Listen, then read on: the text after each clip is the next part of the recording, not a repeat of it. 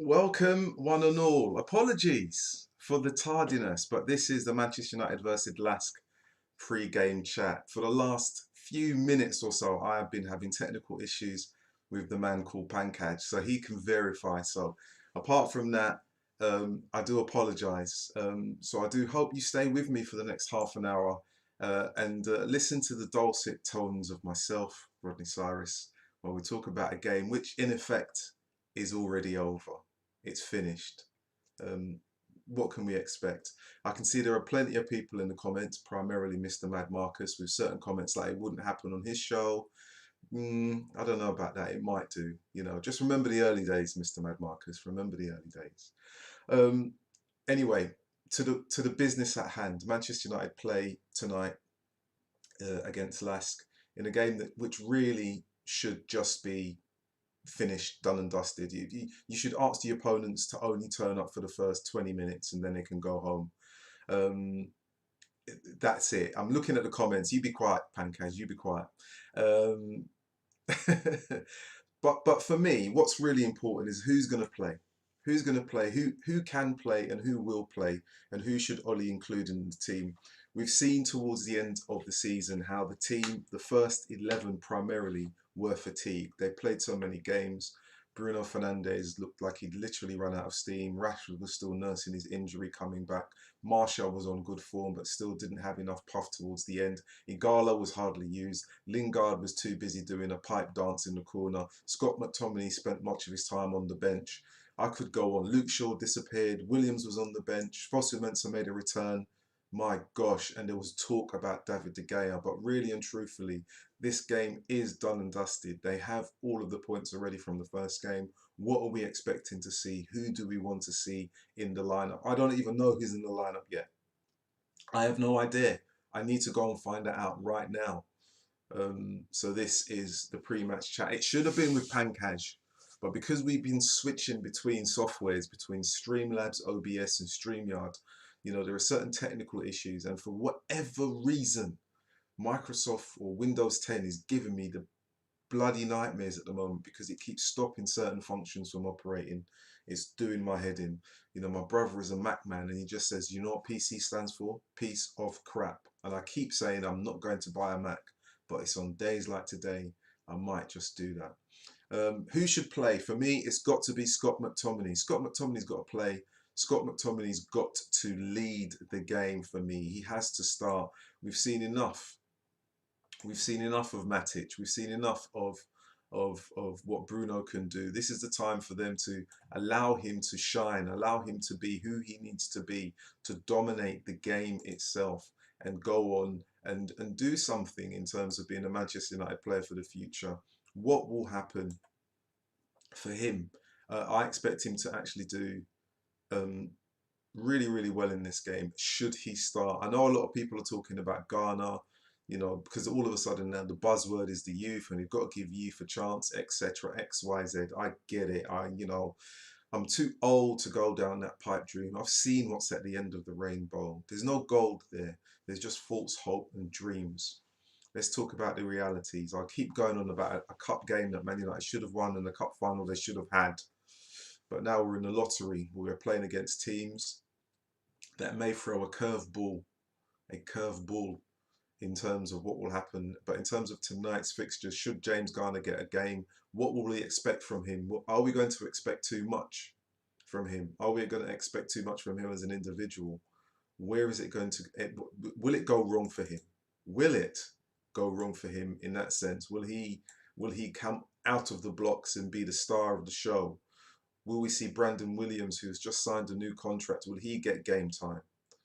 Will we see Delo in his rightful position? Aaron Wan-Bissaka be given a rest? Will we see Igalo start? Will we see all of those? All of those. Pankaj has been kind enough to say Ramiro is in goal. Fosu-Mensah, Bailly, Maguire, Williams, Fred, McTominay, Lingard, James, Mata and Igalo. Oh, official lineup, he says. Come on, do you know something? I've got to be honest with you. When you see things like that, you've got to ask yourself the question. So much talk about James Garner. Why not give the guy a chance? We've seen what Fred can do, obviously. We've seen what Fred can do. And maybe tonight's game is to cement Fred's position within the squad, let alone the first 11, because you have a really expensive midfielder who came to United and had a very difficult first year. Um, Not necessarily everyone's favourite, uh, especially if you speak to someone whose name begins with G. Not everyone's favourite, but he's fallen behind. He's fallen behind the pecking order of Bruno Fernandes, Pogba, and Matic at the moment, and McTominay. Um, so, from my point of view, from my position, we can wax lyrical about the youth. We can talk at length about how they're going to do great things in the future. No one knows what the future is because tomorrow isn't promised to any one of us. Today could be our last day. So when we talk at length and confidence about what we think will happen, we do not know. We have no bloody idea. But what we do know is that there are young players tonight that have not been given a starting chance. Why hasn't Garner been given a chance in that lineup? I've no idea. Why not put him in there with a McTominay to see what he can do? Why not say to Fred that we're going to keep you for the tougher games in the later rounds? Why wouldn't you give those individuals game time? Why is Delo not there? Why is he not there getting game time? Hmm? What about Chong? What are we talking about Chong, these individuals? What's going on? I don't get it. Fosu are good. He's probably going to play in at right back, so that's good for him. But what does that say for Delo? Is Delo's time up? Is his time up like Pereira's time? And I do mean the midfielder and the goalkeeper. Is Tahith Chong probably looking at his friend and thinking, have I made a mistake? Should I have signed a contract? Should I have committed my future to Old Trafford and Manchester United when I'm not going to get game time? I'm just going to go out on loan.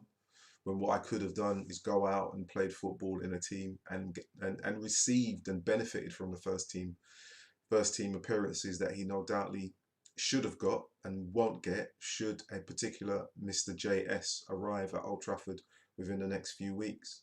Tahith Chong will probably be kicking himself or tying himself up in knots knowing that Jadon Sancho is going to turn up, and he will find it extremely difficult to get into that United team.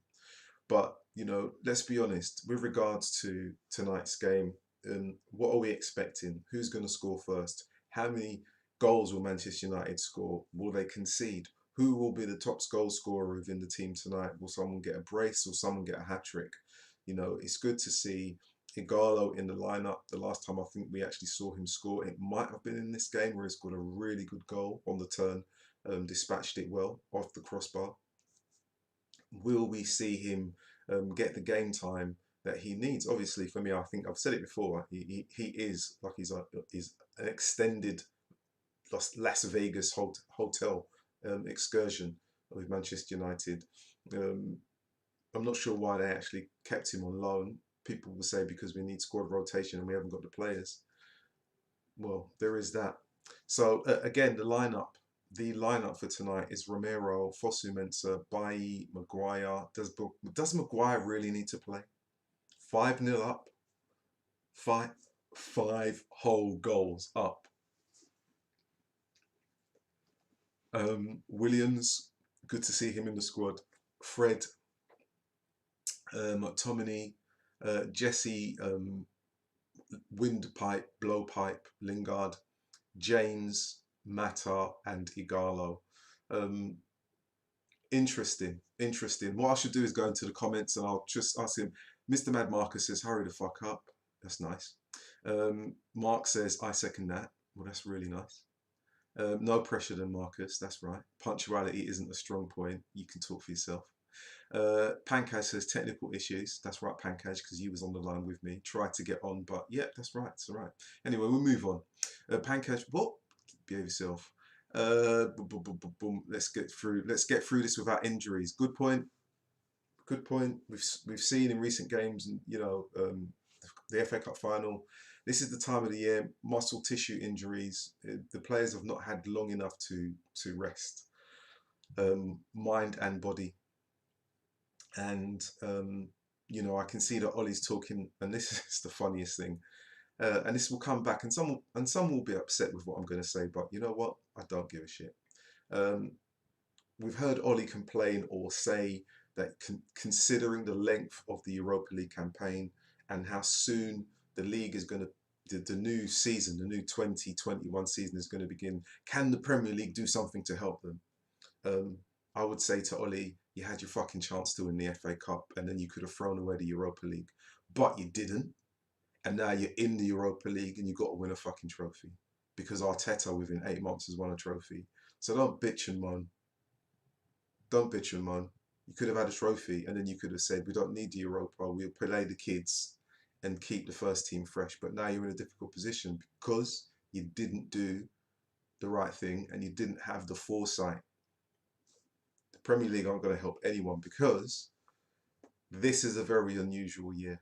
So they're not bending the rules for anyone. I think the only time they've bent the rules is by actually allowing people to have 5 substitutes, and that is for next season and next season only.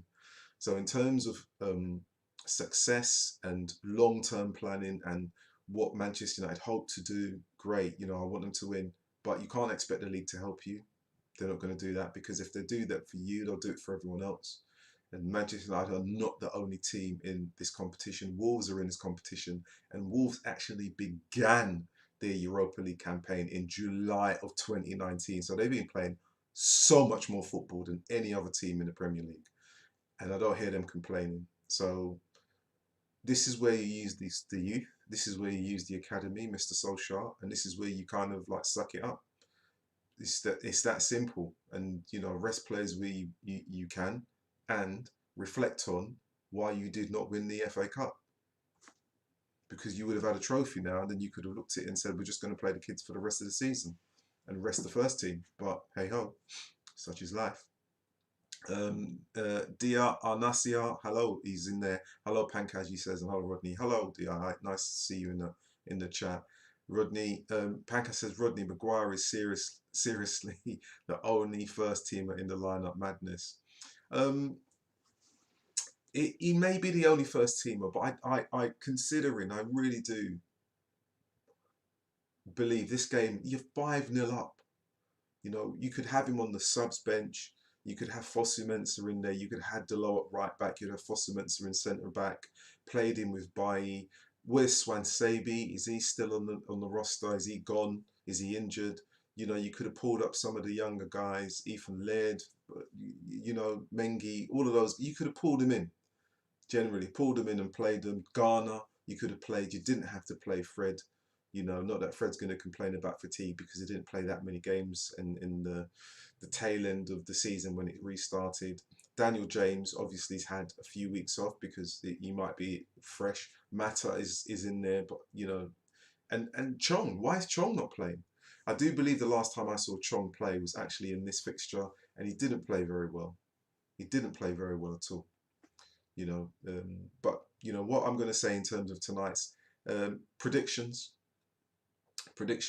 in terms of score, predictions in terms of who will score first. I don't expect anything at all from this opposition, at all. Um, Crowd or no crowd, I don't expect anything. I expect United to keep it tight at the back and play calm football. There'll be no need for them to press and harry the opposition. They can play a controlled game and, you know, to minimise any kind of injury or potential injury that could be facing them. No need to dive in at tackles. Don't give hospital passes. Make sure that your passes don't bounce up, you know, and you play them off someone's chest, hoping that they're going to control. We don't need any of those things. We need calm, assured passing, 2 feet in possession, so that they can see exactly what they're doing, you know, and create chances where you can. Don't necessarily have to break the bank in terms of excess, in terms of energy. You know, 5-0 up is a very good lead. To get 1 goal within the first 20 minutes will be great. Doesn't matter who it's from. Considering who's in the lineup, it would be nice to see probably a goal from Fred, because you know he's desperate to get on the team sheet, desperate to be involved in terms of what's happening going forward, and you know, to still be noticed. And if the game is 1-0 or 2-0 at halftime, then to see who else can come in off the bench and actually add some game time and minutes to their profile, because it will be much needed. And as much as this is still the tail end of the 2019-20 season, you know, the Premier League 2021 season is going to be around the corner in a heartbeat, along with European competitions. And you really actually want to rest those first team players. You want to do that, and you want to do that comfortably with everyone that's there. So um, it's something to be said in terms of what's going to happen with the team going forward. There we go. See if I can add some gadgets to this and see what's going on. What's this? Is this going to work? Is that going to work? There we go. It might work. It might work. It might work. There we go. Is that it? There we go. Let's see if that works. Is that going to work? No, probably not. You try these things, you know. There you go. Oh, there it is. Look. Oh, it's up now. Look at that. No idea, is it? Just playing around, guys. Just playing around with some stuff. We're doing that. There we go. Right, comments before I get to that. Where are we? Pankaj has gone 6-0 to better the last time. Deirdre says Maguire should not be starting. Thank you. The guy's played every minute of every game. He must be on a pay, get paid as you play bonus in. He must be in his contract. Dia says, yeah, I would prefer Mengi to start over Maguire. As we said, he should be playing with an injury. Apparently he has been. Good point. Akil says Swansebi's injured. Shame. Do like him, Swansebi. The thing is, many of the players starting today deserve some game time. True. I'm going to cut in there midpoint, Akil. They do, but Maguire is not one of them. He could rest. But the young players should come on instead of the first team players later on. They should have started, to be fair. Pankaj says, loving the optimism. I wouldn't mind seeing Igalo grab a few. I'd like him to get a few goals because he needs to. He's a striker. And to be honest, I think he will score. It's not that he won't score. I think he will score. It's just who will score alongside him. I believe Fred needs a goal. He needs a goal. He will probably be feeling slightly down in the dumps, knowing full well that he's not first choice. And he is not going to be getting first team games all the time now because of Fernandez, and that in itself has got to be something that's going to bother him as a player, definitely. And you know, you've got to look at that and think, how is that going to impact him going forward? What's he going to do with that kind of information? What's going on here? What's doing this? There we go. Love it. Move up there, actually. Fred needs a goal for confidence. He needs more than a goal for confidence. I think he actually needs a goal to actually show that he's still a Manchester United player, and he's still in the mind of Ollie, and Ollie's not actually just saying, you know, this is my first team. He needs to actually have alternatives. All right, there's the team scrolling across my big head. It will come over shortly. There it is. Mixture. Cheers, Pankaj. Fred needs more than a goal. You know, there was something that caught my eye. Really did caught my eye today. I was looking for a decent image for Mr. McTominay. And apart from the question I want to pose, in terms of Scott McTominay, will this be the game that he dominates? Will this be his game? Will this be the game where Ollie and everyone else takes a serious look at him and says, we know who our replacement for Matic is, or we know who our replacement for Fernandez or Pogba, you know, in terms of being in the midfield, being calm and collected, being more assertive in their play and looking at forward passes, and just not necessarily always being high tempo, but knowing when to be calm in possession and slow the game down for a moment, not slow it down completely, but for moments when they need to. Could this be the game where Scott McTominay actually actually takes another step in his development, because we've seen him transform as a player physically, we've seen his attitude transform, we've seen him grow, we've seen the young boy that was once, who was sat in the box, in the dugout box after United got battered, and he was probably the best player on the park, and the players, some of who are still there, were dug out for their stinking performance. Um, you know, we've seen him transform himself into a player who Manchester United fans not only just say, "Oh, we do like him," but you know what you're going to get from him as a player. You know you're going to get a dogged approach. You know you're going to get determination. You know you're going to get 110% commitment. You're going to get all of those things and more with him. I just want to know whether or not is this going to be the game where we see a slightly more nuanced approach from Scott McTominay in terms of his passing range. We've seen him score, but just in terms of how he dominates and dictates a game to his pace and his style. There are so many good players in the team. You know, Fred is a good player. We know that Mata is a very good player, who's a player who's definitely is being seen more and more as a squad player now. And what I like about him as well, there's no fuss, there's no boo-ha with regards to him not playing. Um, but I want to know from you guys, is this the game where Scott comes out of his shell? And not that he's in a shell, but where he actually stamps his authority? Or is this just going to be one of those games where we're going to say, you know, in 25 minutes, 40 minutes, 50 minutes, that it's too slow, it's not good enough, you know, he should have played the youth? Is this going to be one of those games? I hope it isn't. I hope it isn't. I do hope that Manchester United do play, like I say, a steady and calm game. You know, we're not expecting too much. It doesn't need to be fireworks tonight. But what I do hope to see, and I'm sure other United fans hope to see, is that is the opportunity for the young players that are also part of the squad, that they get game time. They do get game time. Interesting. Max has joined us. Hey Max, how are you? You know what, I've seen Marcus do it in the chats. Guys, please do like, share, and subscribe. I've no idea why the chat is not coming up tonight. It should be. It's doing one of its it's doing its usual stuff, deciding when it wants to do it, it's deciding when it wants to show stuff. Darn chat box, darn chat box, darn. Terrible, terrible. Akil says, I think we should have to use these sorts of games to develop McTominay into a CDM, so that he can then be that replacement for Matic. Well, you know, it's sensible thinking, Akil. I'll be honest with you. You would hope that Ollie's thinking the same. You know, CDM are really difficult positions to obtain. And talking about obtain, there is rumour that Manchester United are looking at, apparently, Idrissa Gueye, who's in Paris Saint-Germain.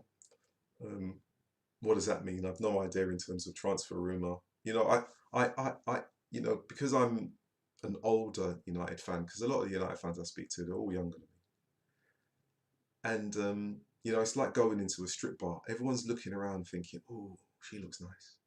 Oh, she looks nice. And sometimes you just got to be calm and just be like, don't keep looking. Know what you have in your house and be happy. You know, and I think sometimes, you know, and for me, the language that is used by so many about Manchester United and what Ollie is trying to do, when they talk about him getting rid of some of the old players, and we've linked some of the players that have stayed there for so long, we've blamed the manager. Come on, you know, this is Manchester United. We're not going to pass up you know, pass on the opportunity. No interlopers are going to turn up at Old Trafford and say, "Oh, I'm going to keep all of the old players that all of the other managers have kept forever and a day." You know, it's there is a sign within the club that says players are only sold when the chairman wants them sold. And if that wasn't the case, then why have Manchester United still got Smalling? Why have they got Jones? Because the managers have gone through. The managers have gone. Um, why do they keep hold of Ashley Young for so long? Why is Alexi Sanchez? Is it me or is it Rodney just quiet? Am I quiet today? Am I quiet? It might be because I'm using a different microphone. It might be. I'm super quiet today. I hope not. It might be just you, Pankaj, because we're talking on Skype. We're talking on Skype, and you know the whole thing. It's you. I can hear it. Do you know what? I'm using on Streamlabs. We use so many different things.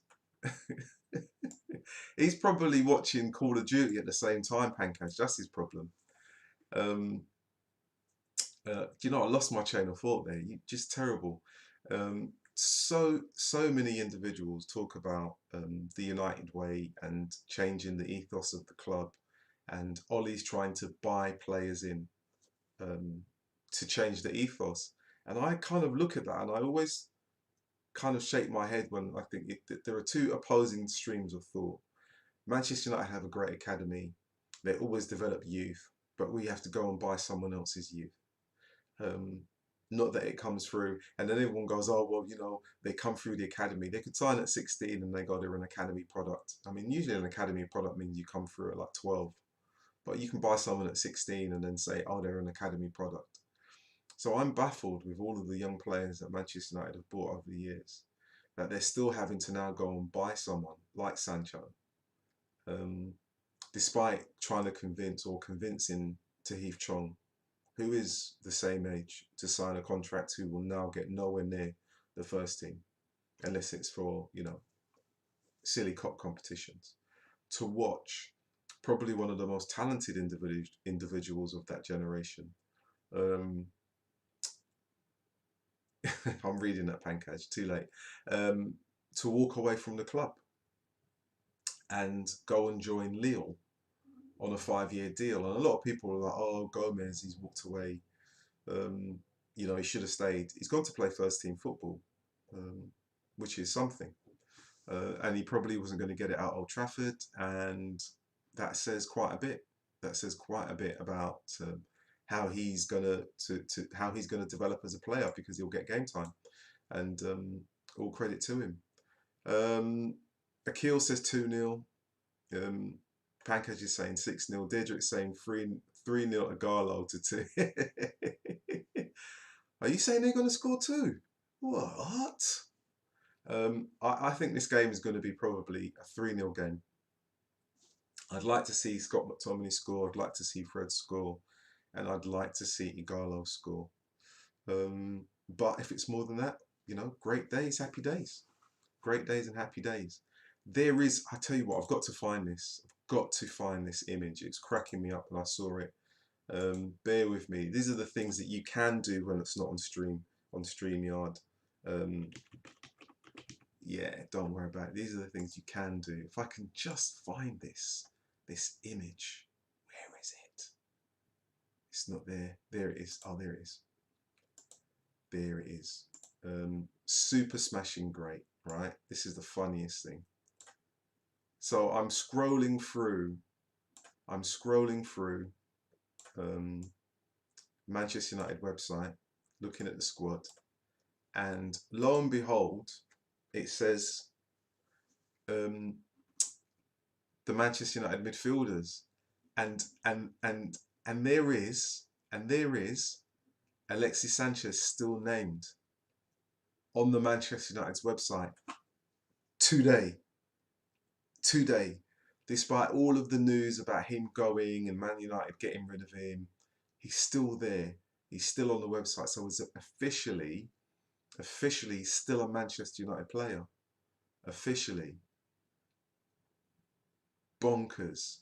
Which goes on for me to say, when we talk about, and I'll be honest, you know, I'll probably be one of the Manchester United fans that actually speak on a YouTube channel stroke podcast that will openly say they liked Jose Mourinho. I liked Jose Mourinho. He's a winner. You know, he was at the club for 2.5 years and he won trophies. He won trophies. He may not have always, played nice with the players, and didn't hug the people who people like. That's tough. He's, managers. It's a tough game being a manager. But Sanchez is still at the club, and I think when we talk about him getting rid of, and I say him, Ollie getting rid of Deadwood, Sanchez is still there. Smalling is still there. Jones is still there. Still there. I just don't get it. I don't get it. Big money. Big, huge money. You know, that picture's upsetting a lot of people, but if you go on the website, his face is still there. So he is definitely still part of the Manchester United hierarchy. Still there. Unbelievable. And that signing, as much as people will try and make up stuff and say it was all down to Jose, Jose was the one that signed him. Jose's not doing contracts, right? One, be smart, okay? I want everyone to be actually, I want the adults to come into the room and the children to go away in the paddling pool for a moment, yeah? Give them the mobile phone, let them play Pac-Man for about 5 or 10 minutes. Ed Woodward is the one that deals with the transfers. He deals with the actual salaries. He deals with all those things. So with the Sancho, we're going to play hard ball. We're not going to take any more. We're not going to be treated badly like this anymore. We're not going to be. It's all because Ed Woodward foolishly gave a certain player a certain amount of money. He foolishly gave extended contracts to individuals who are no longer wanted at the club. And now, oh sorry, and also he foolishly paid up front for Paul Pogba, which a deal was probably worth £55 million, and gave like 40 million to his agent. He's probably laughing his head off in his little island alongside, I don't know, whichever mysterious individual has their own island and hiding. Now Manchester United are saying they don't want to be taken for granted. That's Woodward because he made a mistake. And because of it, people under the belief that, yeah, Man United's doing really well. They're not. They've never done well in transfers. And they always pay over the odds. And because they like to pay over the odds, because they want to be seen as a big club. And that's the reality. Because if Man United weren't buying players that were over 50, 60, 70 million, the fans, the children, the younger generation of Man United fans would have a little meltdown because it doesn't fit the profile of FIFA 20 or Football Manager. Sometimes you can buy a gem for peanuts. Doesn't necessarily have to be 120 million, 150 million, but this is the way it is. You know, I'm an older fan. I've seen the world rotate round many, many times. This is how it is. Right, guys, literally, I apologize. I do apologize for the tardiness of this stream, this pre-game chat, but it was technical issues. Pankaj, apologies that I couldn't get you on. We did try. We did we did try and get you on, and I'll need to work out with the old software how that's doing, what's happening, and we'll try again. But I hope you guys enjoy the game. Thanks for the content in terms of comments. They finally came through there. Deirdre, Mad Marcus, Pankaj, Akil, Dia. I hope I said that correct. Max is in the house. Boom, boom, boom, boom, boom, boom, boom. Just going through to making sure I say Deirdre's there. I hope I said Deirdre. See, please remember to like, share, and subscribe. And not only like, share, and subscribe, guys, to the channel, because you know we're going places, we're doing things. Make sure you kind of follow the individuals on the channel, like the Right Honourable Sir Mad Marcus, the big man Ross, aka Hazard, and myself, Rodney Cyrus. You know, check us out on the Twitter, do that, and check us out. Everyone's got their own stuff going on YouTube as well, but this is us collectively. It is a small channel, fans chit-chatting, getting together and chewing the fat, and loving it. Loving it. I'm thinking about something for Friday, if I can get my bloody Skype to work. And if I do, I'll put the message out to someone, but hopefully it'll be good. Anyway, I'll let you guys go off and get your popcorn and your pre-game snacks, your cup of tea and your slice of cake. That's it for me. I'm not sure who's doing half time. I know that the big man himself is going to do, not the big man, but the Right Honourable Sir Mad Marcus is doing full time. But enjoy the game, guys. We'll see what happens. See if the score predictions come through. I'm going with 3-0. 3-0. Fred, McTominay and Igalo. There's some big predictions out there. And if there's a 6-0, gosh, game over. All right, until next time, guys. See you laters. Laters.